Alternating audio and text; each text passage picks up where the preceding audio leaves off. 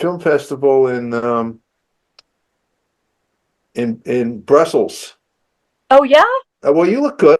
Basically, thank you. So here I would recognize you if I saw you walking down the street. Not was always you. the case, but yeah. But Yeah, yeah, age has treated you well. thank you, thank you, and same with you. You look like just as I remember you. Uh-huh. Yeah. And Andrew looks great too. I just saw Andy probably 2 months ago, and we Oh, spoke on really? the yeah. He was doing an autograph show, so I ran down to say hi. Yeah, and then Tammy, Lauren, and I and Andy did a show together because his autograph agent put it together, and that was really fun. A lot of Where was fans. We had a that? line. That was the Monster Palooza. We In had a line where? out the door for us. Really? It was Is that crazy. in New Jersey or something? No, it was in Burbank, California. Oh. Ah, okay. Yeah, and we were talking about we all want to do a part three. I know they did a three already, but um, Andy, we want to redo it and do our own part three. You Really? in? I would have thought he would never want to do it for the rest of his life because No, he does. I know, right? putting that like that the last week or two, putting those contacts in his eyes was like, putting sand in his eyes. He was just in pain. Remember when Yeah. he went to the hospital because he had them in for too long? Oh, it just creeps me out to even think about Poor what he guy. had to go through. Yeah. But he never complained. At least I never saw him No, complain. So he was great, and I mean he's a really interesting guy. I had actually worked with him before. I don't know whether you heard the story, but I did an HBO movie called By Dawn's Early Light. yeah. It's about the Russians drop atomic bomb on Washington D.C. and I call it my grown up movie. I had Martin Landau and Powers Booth and Oh Rip Torn and wow. James Earl Jones. I mean, I had just My God. this incredible cast. I mean, phenomenal actors. And there's a scene where the American president talks to the Russian premier, and he gets somebody on the phone who from Russia who sort of puts him on, and so um, and Andrew got the role because he's fluent in Russian and about four or five other languages At at least yeah. least. Yeah, at least Yeah, he's so brilliant. yeah. I mean, when we were in Brussels, he was trying to learn some Flemish so that he could because he speaks French, Yeah. and Brussels is in the French-speaking part of uh, Belgium, but nearby they basically speak Dutch. So he was learning a little bit of Dutch so he could Mm. give his speech in Dutch. So, He yeah, has that he's a brain cool for it. guy. I really like He's him. I Yeah, love Andy. He I, has that I would brain. love to see him. Yeah, Yeah. it's he looks fantastic. He's still doing great, and yeah, we actually really we've been talking about it a bunch of times about doing a Wishmaster 5 or starting off where we left off with the original Wishmaster Jin with Andy. Uh-huh.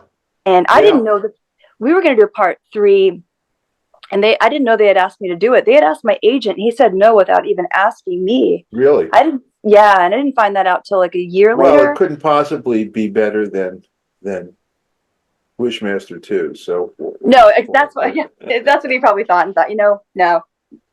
no, but it would have been a really fun, especially if I don't know if you were doing it. I was hoping, I thought maybe, but I would have definitely been in for that. I would love to have done that. I probably wouldn't have done it. I mean, I wrote the script for 2, which it's hard work writing scripts, and somebody else wrote the script. It probably wouldn't have been good. So I don't know. And When I did The Hidden, they asked me to do the sequel, The Hidden. I didn't want to do that either. I yeah, felt it just wouldn't be as good.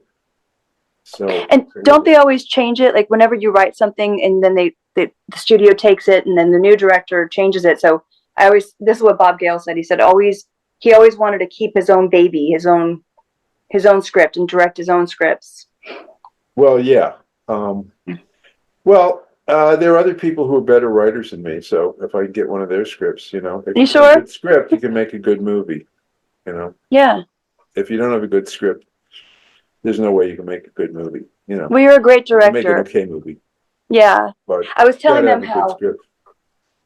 I was sorry. I was telling them how you would only give me like one take usually because and the reason why I found out later is because you liked my nervous energy. I read this in an article and I think I read it in an article, but because you wanted to keep my character a certain that nervousness about her, and once I had a bunch of takes I was not nervous anymore, and that was Uh-huh. brilliant of you. That was so brilliant, and I didn't even know you were doing that because I was like, why doesn't he give me more takes?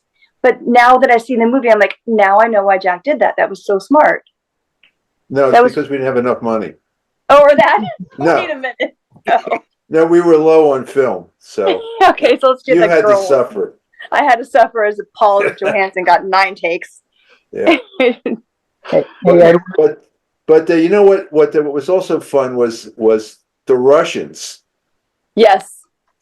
As a matter of fact, uh, uh, I'm blanking on his name, but the guy who played the main Russian character, who was always sort of had trouble with his English. Yes. Uh, I remember that clearly. but um, I had actually seen him in some movies in Georgia, from Georgia, Georgia, USSR. And he was like a huge star. He was a very, very handsome man. Yeah. And he worked for this great Georgian director who was like a visionary director whose movies I loved. And a couple weeks after we wrapped the film, he had a party at his house and he had a bunch of Russians there. He had a lot of vodka, and his brother was there, who doesn't look anything like him. His brother's like the large, dark-skinned, dark-haired version of him. But Oh. everybody played the piano. Like every single Russian there knew how to play the piano, Yeah. and his brother was a composer. And I had this moment, like we'd all had like 2 or 3 or 4 vodkas, Or 4 or and 5 maybe. his brother sat, and they were all from Georgia, Georgia, Yeah. and he sat down and he played Georgia on My Mind. And it was Oh. such a beautiful performance. It practically brought tears to my eyes. It was so Wow. soulful. It was really great. That's so cool. Yeah, yeah. Why wasn't I invited? Um, I I don't don't think I know. drink vodka. I drink vodka. Yeah. Like the best of them. you guys don't mind taking some questions, do you? Not all. Let me just charge. I'm going to put my charger in because my phone's about to die. Well, while she's doing that, Mr. Edward, Yo, can you hear me? we got Yeah. you. Yes. How are Oh, you? okay. Hey, cool. Hey, yeah, thanks for letting me be a part of this, man. And thanks everyone for being here and stuff, man. It's Sure, been fun. Yeah, so it's interesting. It was interesting hearing that when Jack had said that, like you can't make a good movie out of a bad script. I remember there was a film professor at my school that used to say the same thing. It's like, dude, you can make a bad movie out of a good script, but you can't make a good movie out of a bad script. Yeah. So that's kind of funny. Like hearing you say, I'm like, damn, yeah, that is the filmmaker mentality. Well, there's basically two things that you need. You need a good script and you need good actors. And if you have that, everything else is negotiable. If the cinematographer's mediocre, it doesn't matter. Because Yeah.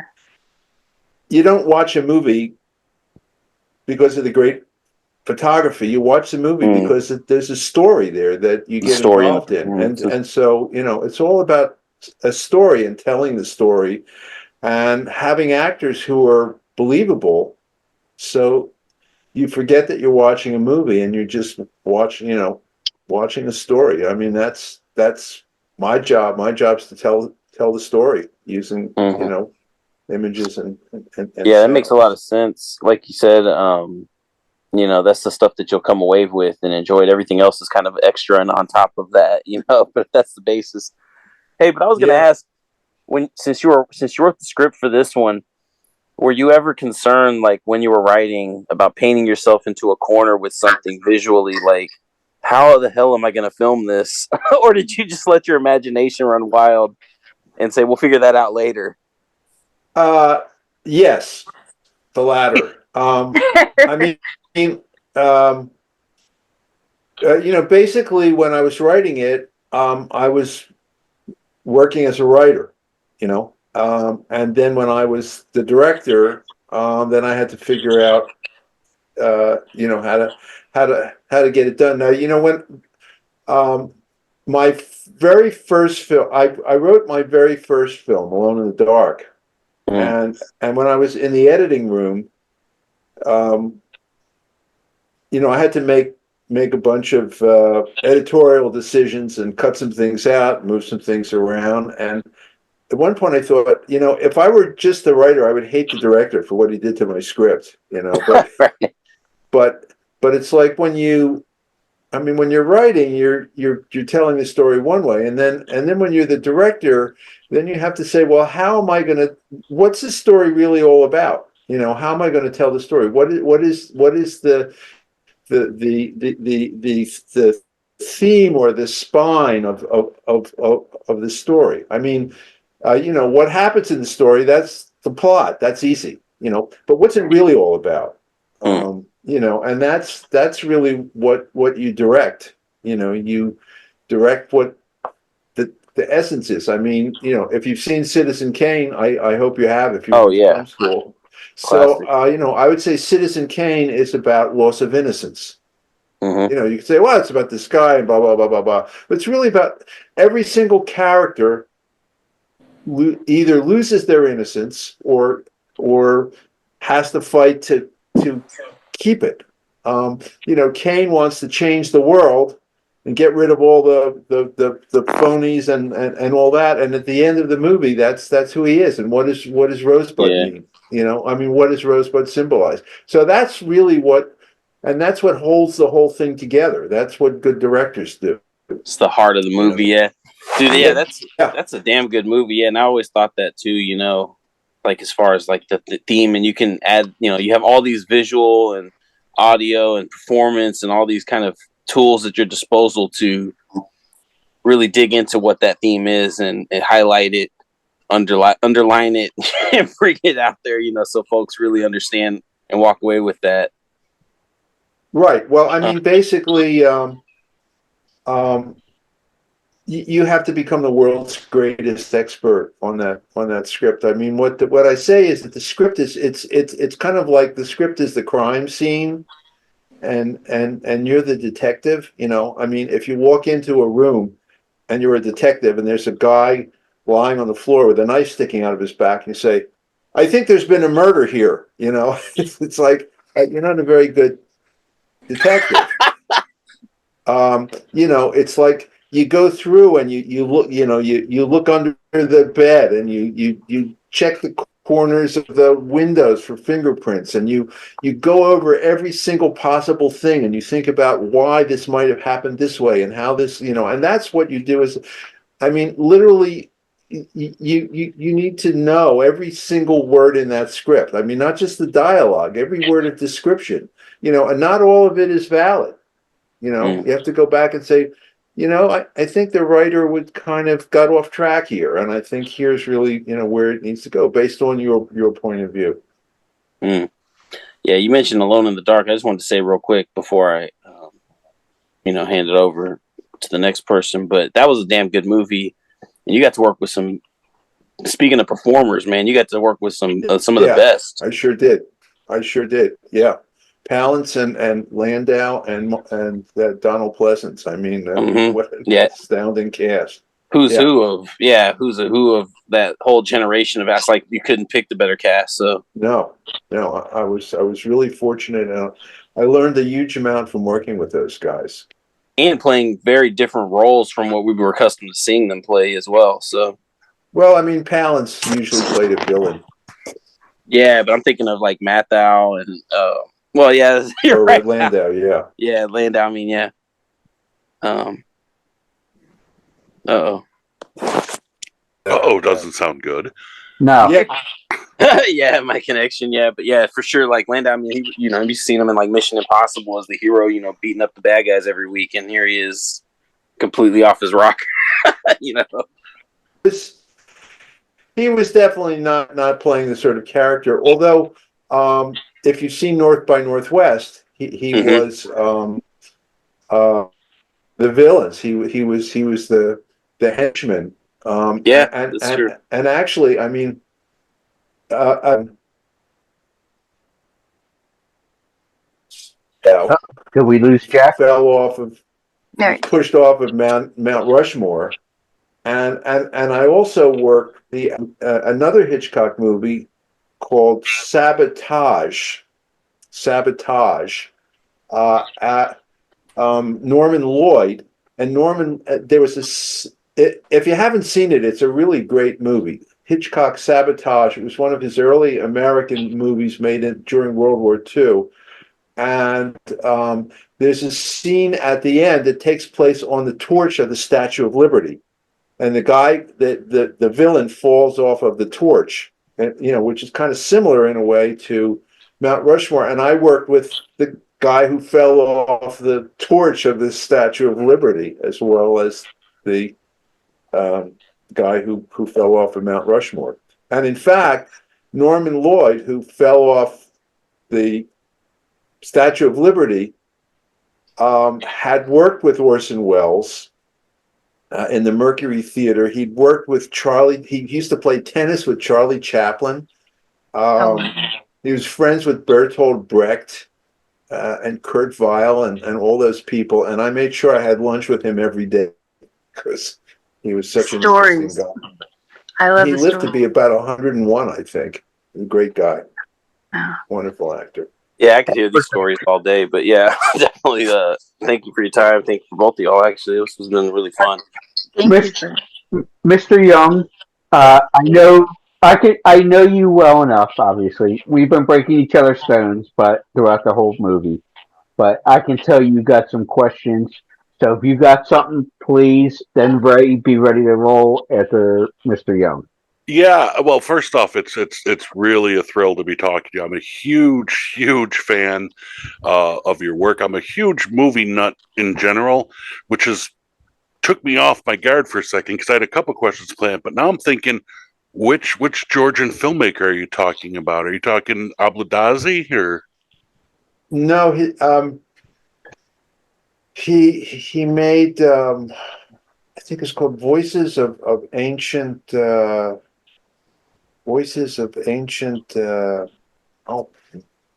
look him up.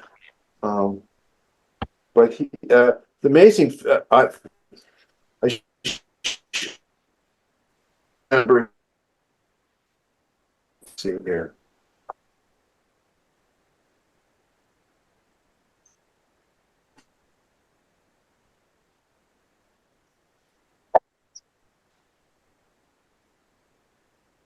Well, His name started with a P. It's like Paul.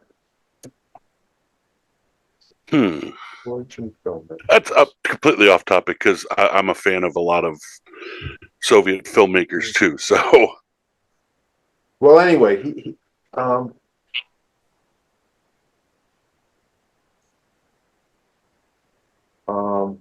they had a very Georgian sounding name.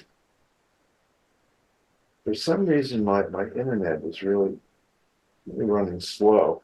Why? it's not like Lost Solani or Anyway, anything, is it? No. I'm pretty sure his last name started with a P, and it was a long name. Something But like Memories, Ancient.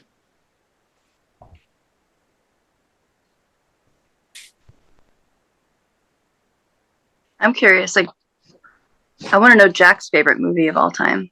yeah, that was one of my questions actually because I know you. I've read some articles about some of the filmmakers you admire and you like, so I'm like, ooh, it's not just genre film. I mean, he's a student of film like I am, and Yeah. I'm wondering who your favorite filmmakers and films are. hence why he Well, talked.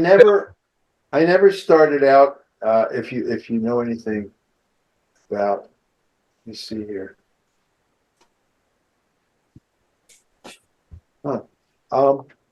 Well, I really never started out to make horror films. I just sort of kind of sort of backed into it. I love French filmmakers. Jean Renoir was a favorite of mine. Francois Truffaut, Fellini, Wells, of course, Hitchcock. Um, uh, I mean, a lot of figures that you wouldn't really. Howard Hawks. Uh, I certainly like his films. Okay. And his relatives. John Yes. Ford. Oh, that's right. Yes, that's right. Oh Yeah, my no, goodness. no. I mean, Howard Hawks was obviously great director. I mean, Yeah. he was one of the, Hollywood greats, and he was also a great character. What I've read about him and his life and how he led his life. He had a lot of integrity. He was a really phenomenal human being. He was like the prototype of like the kind of director that I would have liked to have been. A guy that just walks on the set and everybody's Yep. just You're like, there. Yeah. yeah.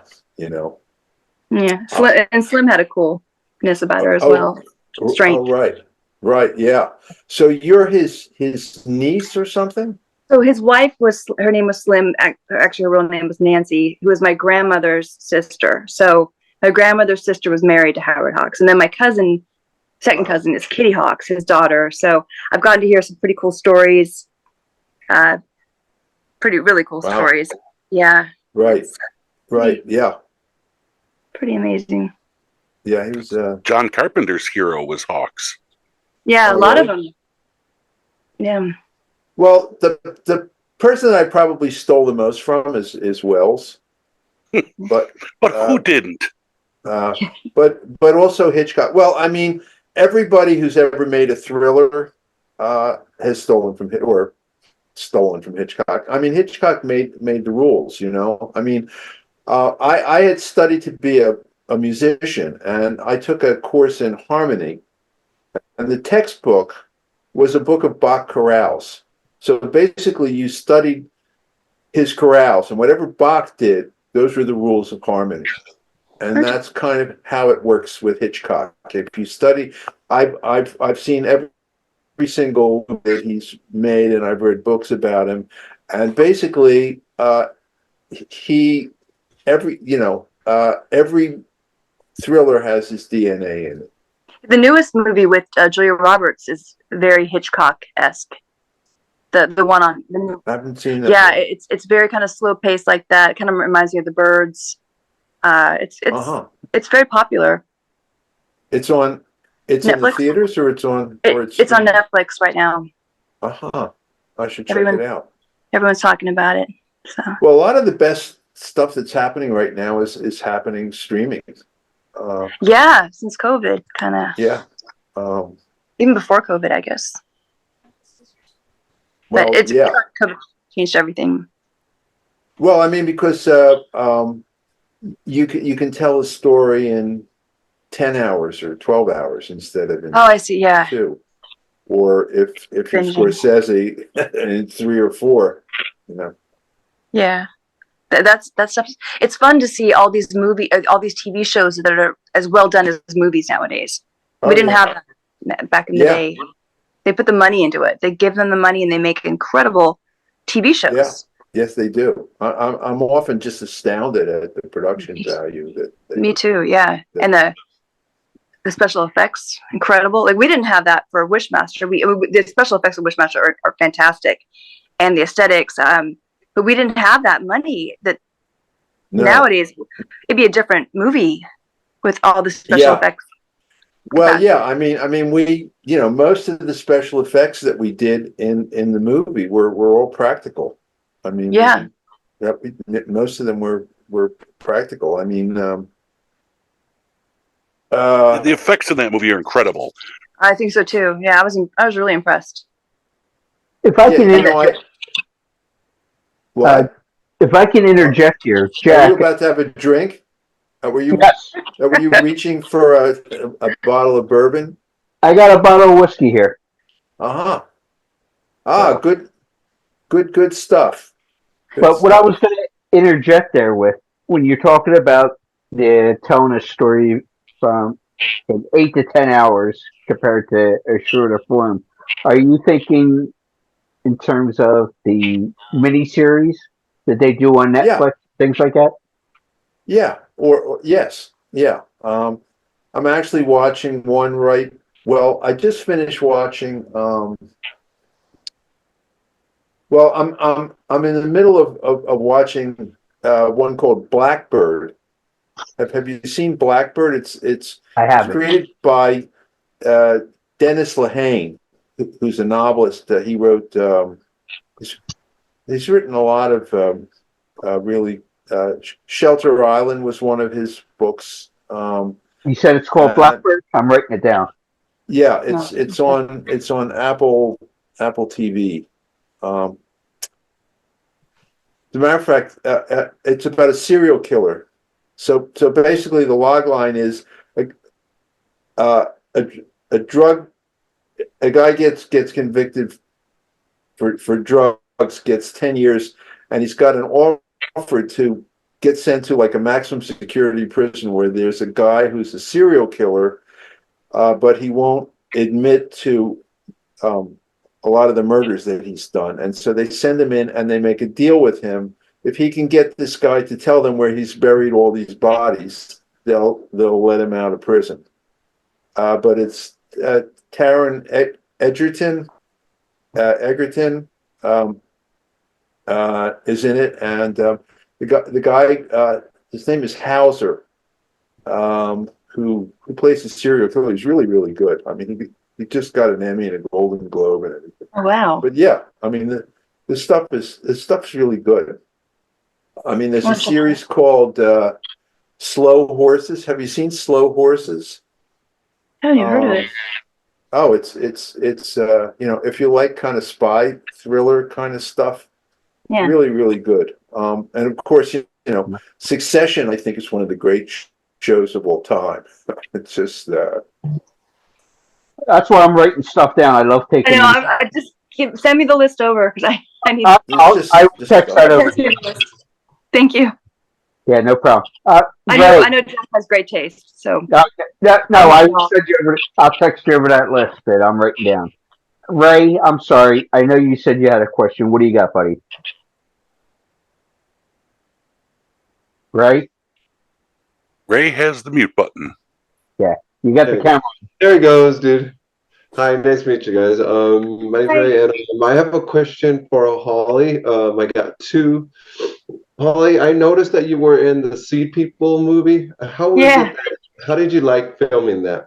Oh God, it was so fun. We filmed that in Big Bear, where Andy lives actually, and yeah, it was so much fun. I mean, just filming it. First of all, it was my first. I was so young, and I was on location. I think I was like 17, 16 at the time, and yeah, it was amazing. Everyone in the cast was great. That was Jane Witherspoon and Andrea Roth.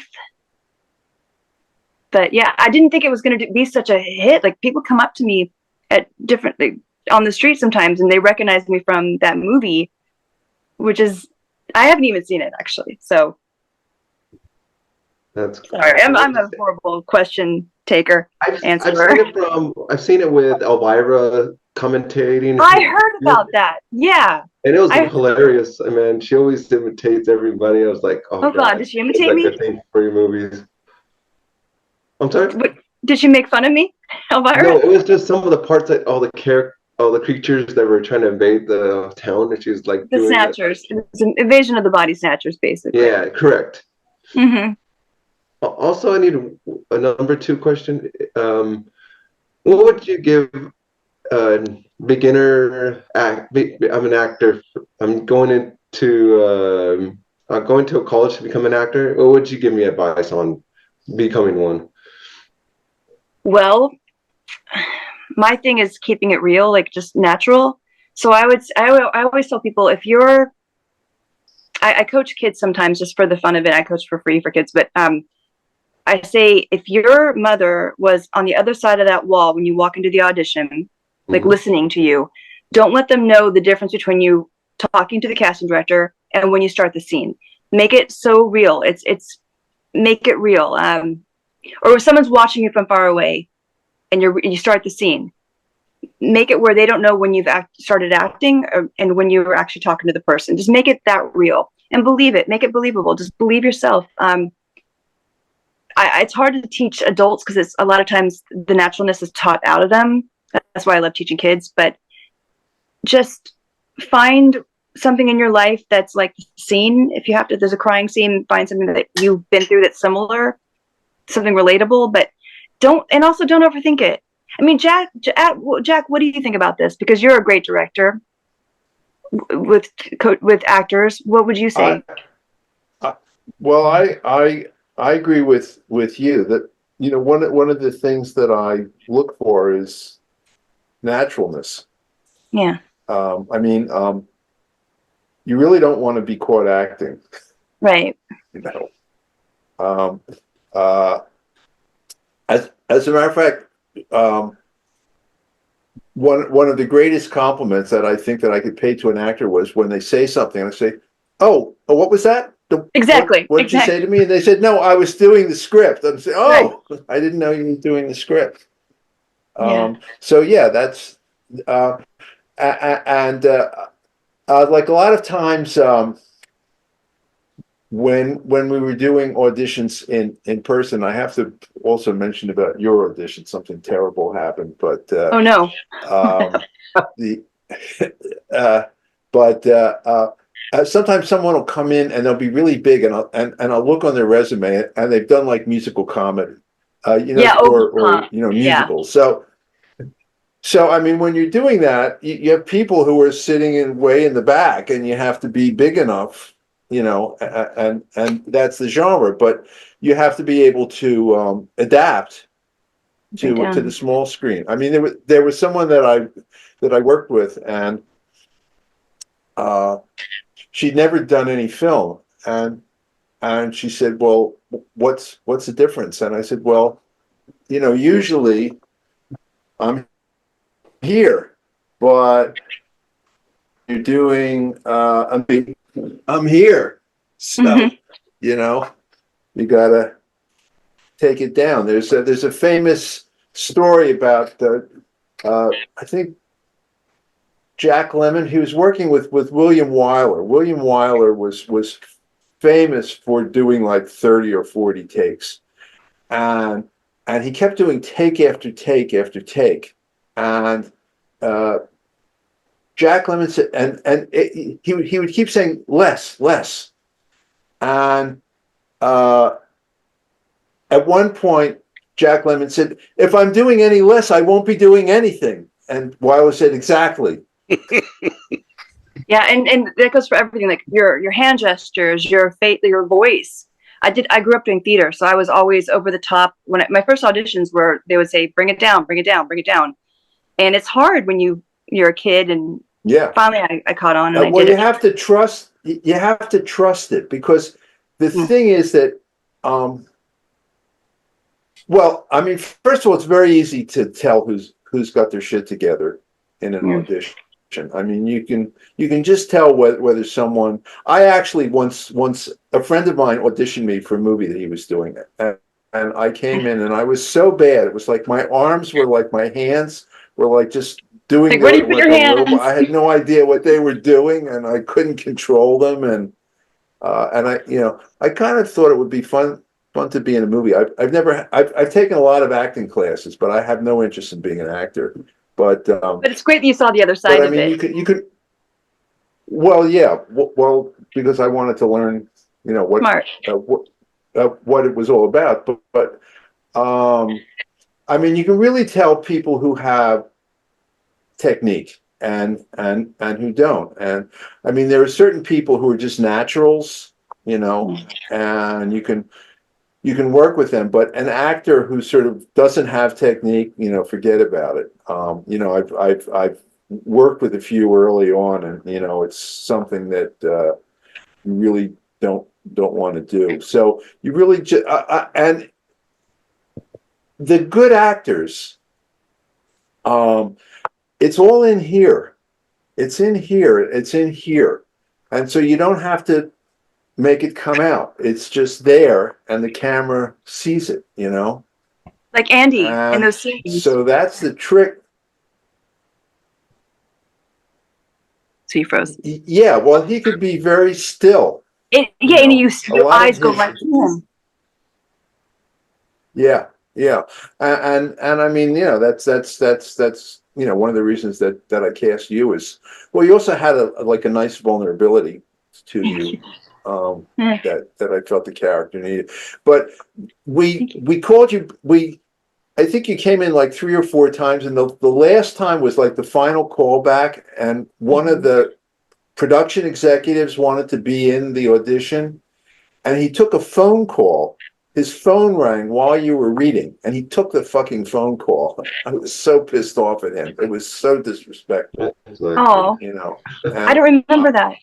yeah, I mean, I nobody's allowed to disrespect the actors, you know, when I'm working, and Yeah. any good director is not going to allow that to happen, you know, because they're the most important things that are going on, you know. I mean, And what the that's why grip's you gave doing, me the part. You felt bad. well, no, I gave you We'll I just gave you hire the her. part because you were the best person who showed up, you know. Thank You were, you. you know, so You know, I gotta say, for someone who loves Hitchcock so much, to say you can't disrespect an actor, I mean, oh yes. no one Yeah. disrespected actors like Hitchcock. Well, yes, he was kind of famous for that, and he had a certain point of view. As a matter of fact, there was I'm not sure if it was Tallulah Bankhead or somebody, but uh, she asked him what was her best side, and Hitchcock said, "The side you're sitting on." I like I said, I'm a huge fan of your work. I'm glad you mentioned um, By Dawn's Early Light, which I absolutely loved. And I am so apologetic because I forgot that you were the one that made that film on HBO, but you left Darren McGavin off when you listed the cast, and he was phenomenal in that movie. Yes, yeah, he was also wonderful. But Yeah, my question well, for you. you know what? Oh, go ahead, please. Sorry, I didn't mean to interrupt. No, no, no. I know. Go ahead. Um, as a film nut, as a total film nerd, when I rewatch your films now as an adult, and I could be completely wrong on this, and please call me out on bullshit if it's bullshit, but you seem to really be influenced by Jean-Luc Godard and the French New Wave, and in your pacing and in your cuts and in the way things are shot. I don't know if you do that in your head as you're making it or in the editing, but I really see that influence. Is that like a profound influence on you as a filmmaker? Well, it was certainly a profound influence on me when I got the crazy idea that I wanted to be a movie director. I mean, you know, those are the movies that really had a lot of influence. But the reason there's one thing that I'll say about my movies. You know, some of them are, I think, pretty good, and then there are a few of them that are. Well, there's one that's a real stinker, but we won't talk about that. But they're all well edited. They all move along, and part of that is because I started out as an editor. So, so when I'm shooting, I'm thinking, I'm editing the movie in my head, and I like to keep things moving along. Like, I mean, one of the things that novice filmmakers do is they don't have a good sense of pace, and what you're watching when you're sitting there, it's like 50% slower when you watch it on the screen. So you know, one of the things is that I like to keep things moving. You know, I read about all these directors, and they have 120 page script and they have a 3.5 hour first cut. You know, I have a 120-page script and I have a 110-minute first cut. So, so that's just part of who I am. And I mean, what I got from Wells is mainly just that deep focus way of shooting. That I kind of love that because using wide angle lenses, which gives you a lot of depth of field, so you can see things. So what's in the foreground is in focus, and what's in the midground is in focus, and sometimes even what's in the background is in focus. And so you can have something happening in the foreground and something else happening farther away. And if an actor moves in toward the camera, they get bigger faster. So by moving the actors around, you can go from a medium shot to a close-up by just having them take a couple of steps in. Or then if they turn around, it suddenly becomes an over the shoulder, all in the same shot. So I kind of like that look, and it's a kind of a dynamic look. It's a very active look, as opposed to like the long lens with everything's kind of soft and fuzzy. I don't particularly care for that. But so the look, I mean, touch of evil, certainly. It's very Greg Tolan-esque, yeah. Yes, yeah. I mean, if I could have hired any cinematographer, living or dead, I mean, Greg Tolan would be the guy. I like how you Yeah, shot Andy. You shot Andy in Wishmaster. You shot.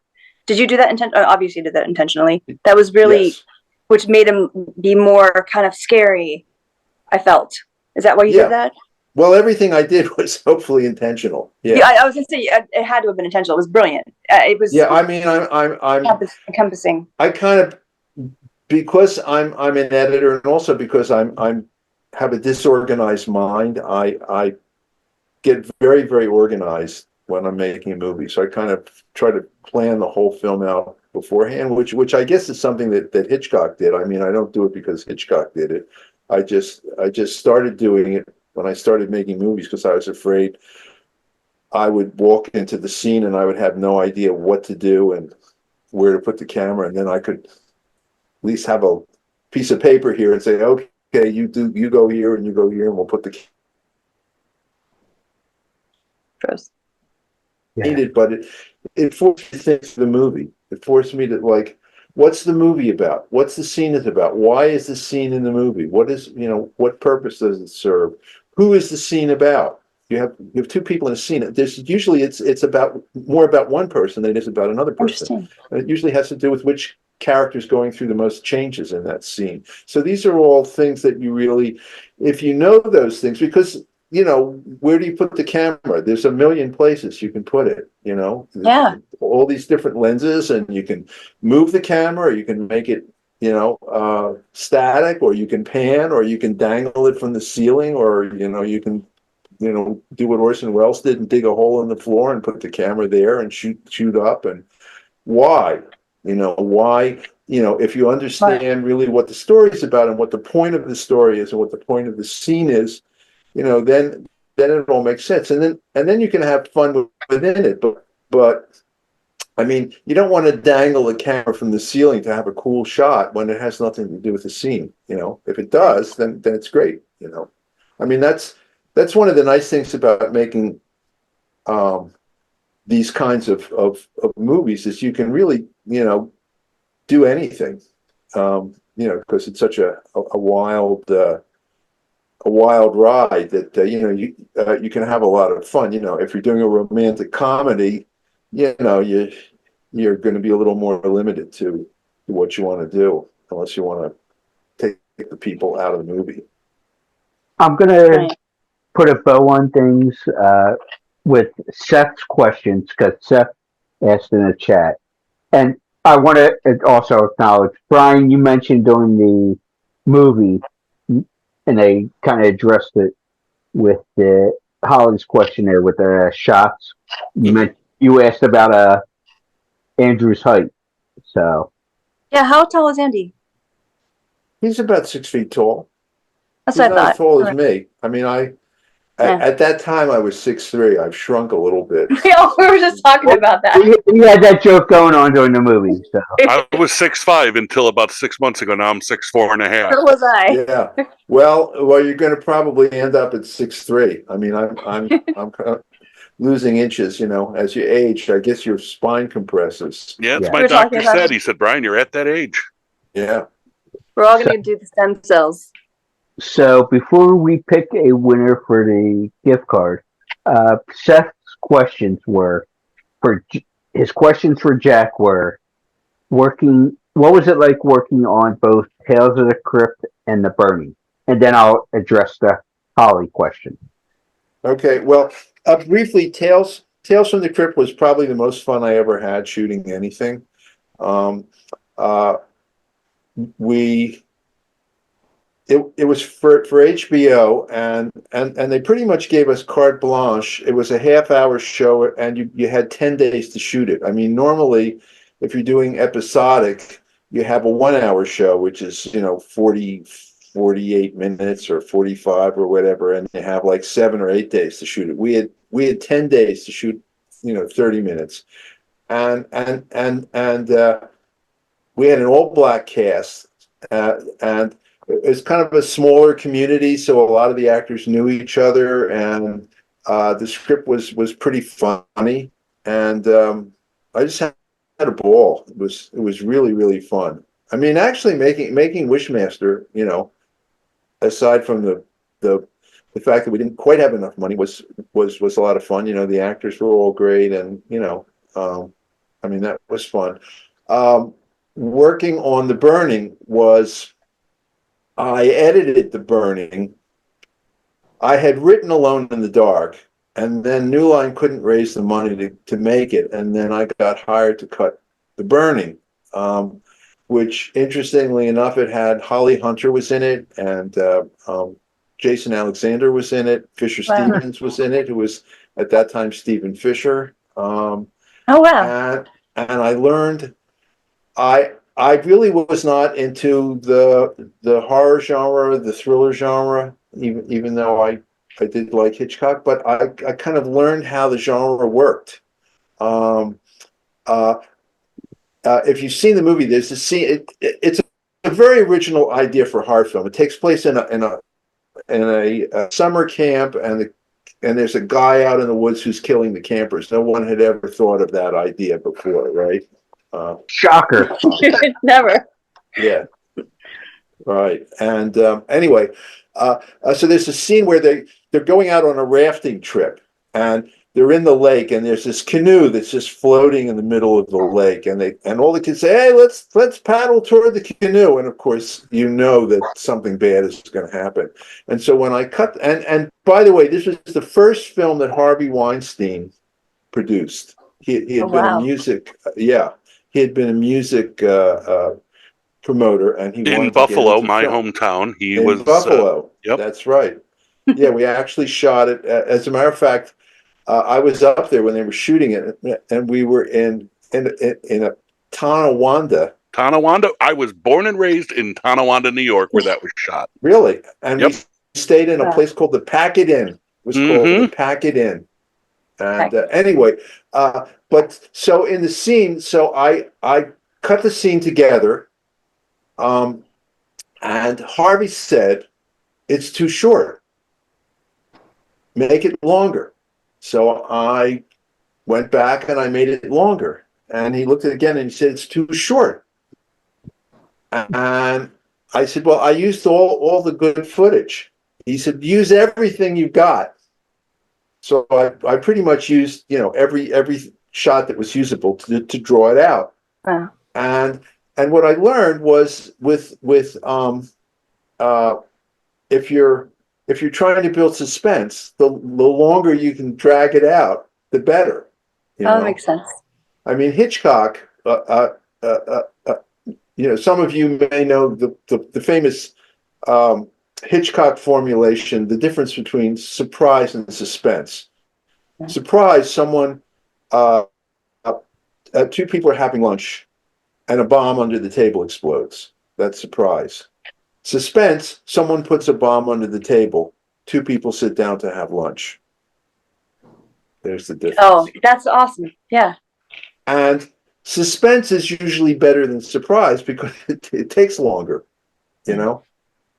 So, Hence gone, yeah. and in fact, one of the conclusions that I've reached from all my years of doing this is that basically that's the essence of storytelling, is whether it's suspense or surprise. And it's not just with thrillers or horror films, you know, is the girl going to kiss the guy, you know? It's whether the audience is with the characters or ahead of the characters. See, I thought you were going to say the one thing you learned is that someday, some way, somehow, you will get back to North Tonawanda, New York. Well, yes, if only for a beef on weck. The wings, Duff's wings. I told Holly, she comes to Buffalo, Well, I'm taking her actually- to the best wings. Well, actually, when I was there, I guess this was 1980. I think it was 79, 80 it was 1980. filmed, yeah. And we were in this office in downtown Buffalo, which was at that point pretty depressing. Yeah. And they used to get these wings takeout for lunch. They said, "Oh, they've got this great stuff called. They have these wings that they make in Buffalo." And no one, you know, there were no wild wings. There were no, like, I mean, there's like millions of chickens that don't have any wings now because, you know, everybody has to eat wings. Oh, no. One thing also I wanted to say, Jack, is that I love how you made my character's arc. Like, that was a lot of, at the time, there weren't a lot of films based on a female character, and that you were ahead of your time with that, I think. And in the character to have such a drastic change was just, you didn't see that back then. So that was really great writing. Well, I mean, when you know, they had offered me the original one, and I Really? wasn't interested. Yeah, I didn't particularly like the script, and then they offered me the sequel, and it came at a time when you know, I didn't have anything going on, and they said, you know, you can write it and you can do whatever you want. We don't care, you know. I mean, and so I thought, well, I like the kind of premise of that you can get whatever you wish for, but, you know, be careful what you wish for because you might get it. And so I thought about, well, you know, what are all these situations where someone would wish for something and that might have a bad outcome, you know, like, you know, Brilliant. and that's how I came up with a lot of the things in the script. But also, you know, you have this, you know, basically he's like a figure out of hell. So you've got hell, then the opposite of hell is heaven. So how about a priest, you know? And Yeah. it Oh, I starts to get into didn't realize that. this kind of spiritual realm, and so that's, you know, there were like, it was kind of like, you know, it was kind of like cooking. Yeah. You know, like, well, here's a piece of chicken. Why don't we let's put some tomatoes on. Let's put some hot pepper. Let's, you know, when you start mixing all these things together, you know, that seem Brilliant. to make sense. So yeah, so that was kind of how it was made. And what was the cutting of the finger? That was purification, right? When I Yeah. cut my finger off. Oh yeah. Everyone always asks about that, and I want to make sure I got it right. Yeah. I mean, yeah, it's got a weird kind of spiritual side. I mean, it's a pretty all over the place. I'm pretty fond of the movie. I really got to watch it this time for the first time. Actually, I really liked it. I really liked it a lot. People love it. They come up to us all the time, and I get emails from people all the time that love it.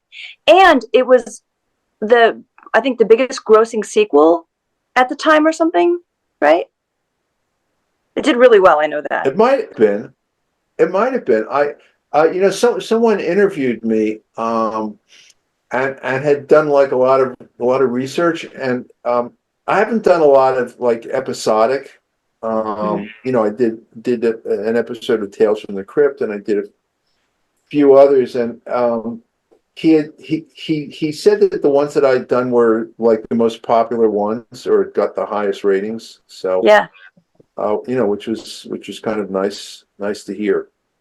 yeah, it feels good. Yeah, it's Yeah. Well, I mean, I think of myself as a good craftsman, you know. I think I know how to make a movie. you know how to make a movie. I Yeah. love working with you. Yeah, I think you're Yeah. an amazing director. From an actor's perspective, you're a fantastic director. Oh, well, I needed a few thank more you so takes. much. Thank you so well. Maybe not. I mean, were I we know, happy maybe with not. the You're right. performance? You're right.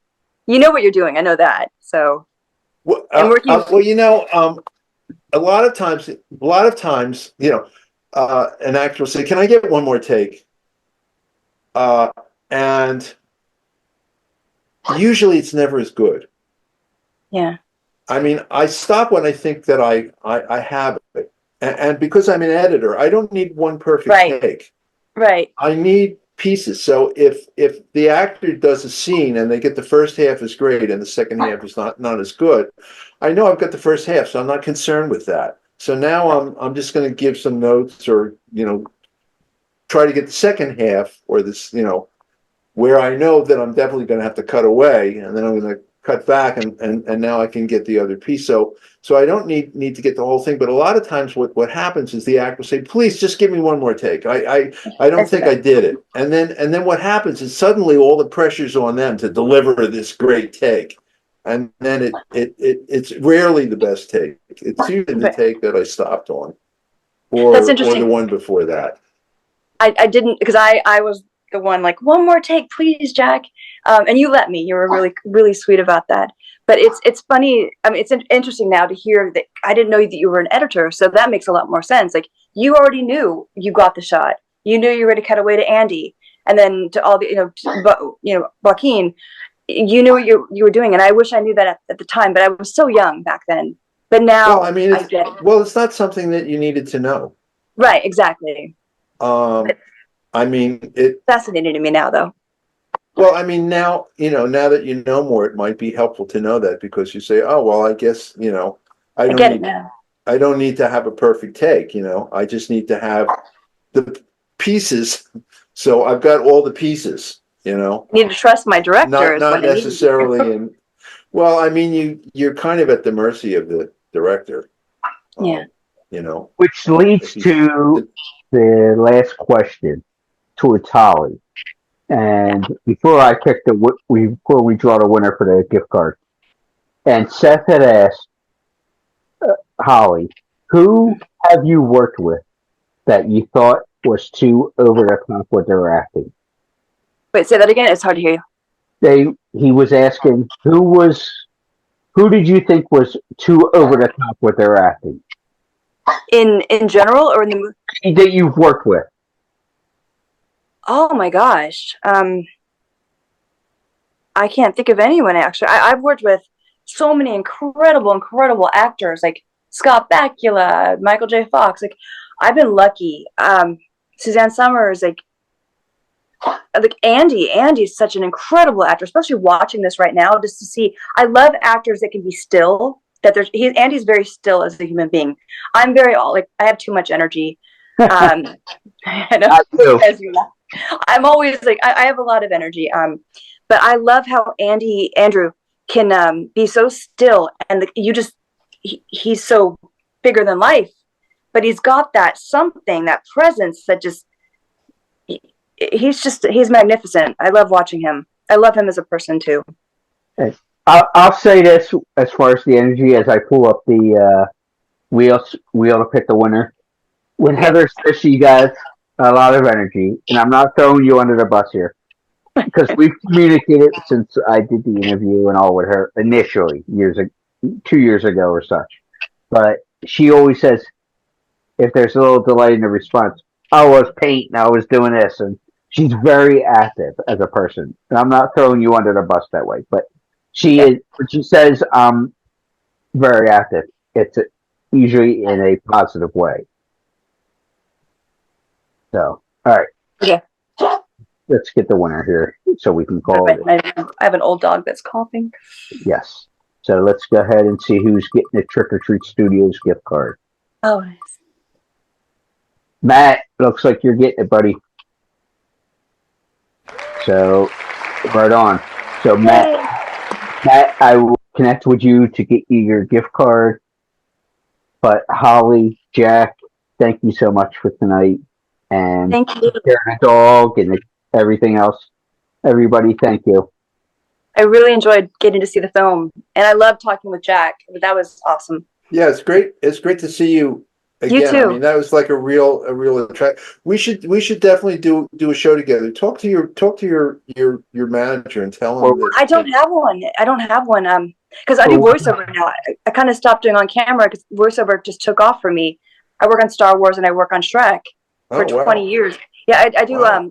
everything for Princess Fiona, the game dolls, toys, the pre-vocals for DreamWorks, and that just took Wow. off. And then Star Wars, I've been Oh, doing that's that. a great gig.